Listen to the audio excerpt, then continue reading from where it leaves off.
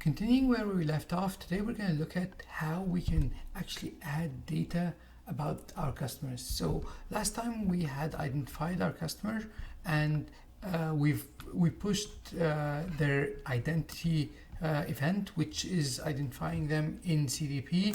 We passed their name, their surname, and their job title. What we're going to do today is actually continue on from that and say if the customer guest type is customer. So that means that they have been pre-identified. What happens next? So we're just going to add some content to that customer or some information, some metadata to that customer as an example.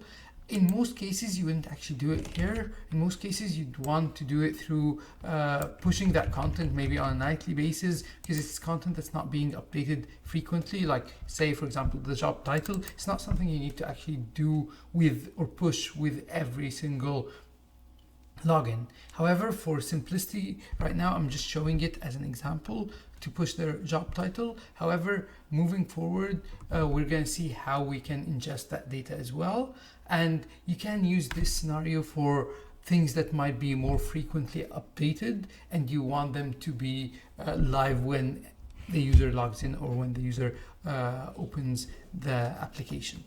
So what I've done here is I said if the guest type is customer, I've added the guest profile ID, or I've added the URL for the guest profile ID by adding the box ever URL /guest / my box ever guest ref, and then I've created a JSON object with the key default, and this is really important. The key should be default, and then job title response.job title.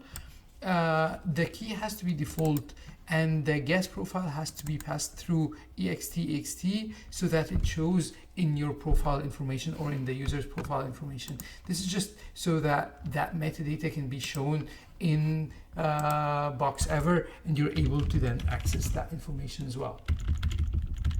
So moving from there, what I've done is, again, I've created this JSON object with key default and job title as my field that I'm adding here. Next, what I'm going to do is create a request options with the method post and my headers, my body, which is my row content here, and then the redirect is follow.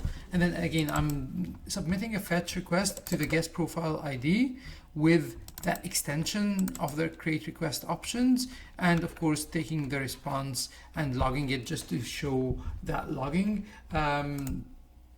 And that's pretty much it. That's all you need to do to be able to see that customer and add information to that customer. So I'm gonna jump in and show what you would see in box ever and how you'd be able to see that data. So again, when I run that, what will happen is, going back to box ever, you'll see here, this is my data about Megan, who's the logged in user, and you'll see under data extensions here, you have that values here, and it has that job title. So we were able to retrieve the job title from Azure AD and add it to that profile.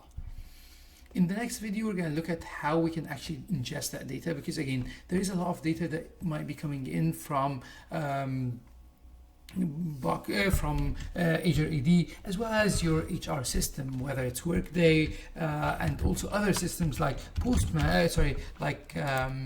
ServiceNow, for instance. All this is transactional data that's important about your customers and about your employees. So it's important to be able to identify it and to be able to push it. And you don't want to do that with every single transaction. You just want to do it maybe on a nightly basis. And we're going to see how we do all that next time. Thanks for watching.